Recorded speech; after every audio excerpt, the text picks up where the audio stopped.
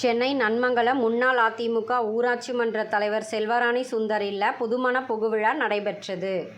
இந்நிகழ்ச்சியில் சென்னை தெற்கு மாவட்ட செயலாளர் கே.பி. கந்தன், செங்கல்பட்டு மாவட்ட செயலாளர் சித்தலப்பாக்கம் ராஜேந்திரன், கோவிலம்பாக்கம் ஊராட்சி மன்ற துணைத் தலைவர் மணிமாறன், ஒன்றிய செயலாளர்கள் குமார், ஏசுபாதாம், விஸ்வநாதன் மற்றும் வார்டு உறுப்பினர், மாமன்ற உறுப்பினர்கள், கழக நிர்வாகிகள், கட்சி நிர்வாகிகள் கலந்து கொண்டு இந்த புதுமண புகுவிழாவை சிறப்பித்தார்கள்.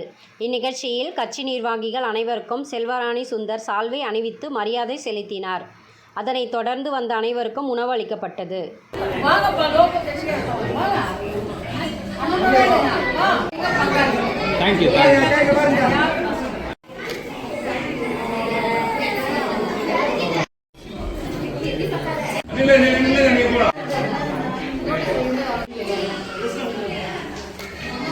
மேடம் அப்படியே இருங்க.